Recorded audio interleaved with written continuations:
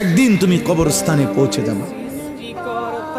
হযরত ওমর ইবনে আব্দুল আজিজ রাহমাতুল্লাহি আলাইহি, আমরা কিতাবে পড়ছি, উনি কবরস্থানের সামনে দাঁড়িয়ে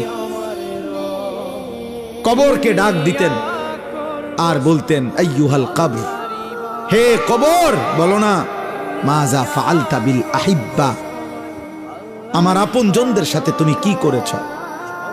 আমার চাচা, আমার মামা, আমার ফুফা, আমার বংশের কত লোক তোমার কবরে রাখছিলাম, আজ বলো আমার সেই আপনজনদের সাথে তুমি কি করেছ? কিতাবে লিখছে ওমর ইবনে আব্দুল আজিজ চোখের পানি ফেলতেন আর নিজে নিজে বলতেন সঙ্গীদেরকে, যে সঙ্গী সাথীরা শুনো, কবর আমাকে শুনাইতেছে যে ওমর ইবনে আব্দুল আজিজ, তোমার আপনজনের চোখ আমি খুলে ফেলছি, নাক আমি খুলে ফেলছি, হাত আমি খুলে ফেলেছি, শরীরের প্রতিটা জোড়া জোড়া খুলে আমি মাটির সাথে মিশায় ফেলছি। আমার মাটি আমি আমার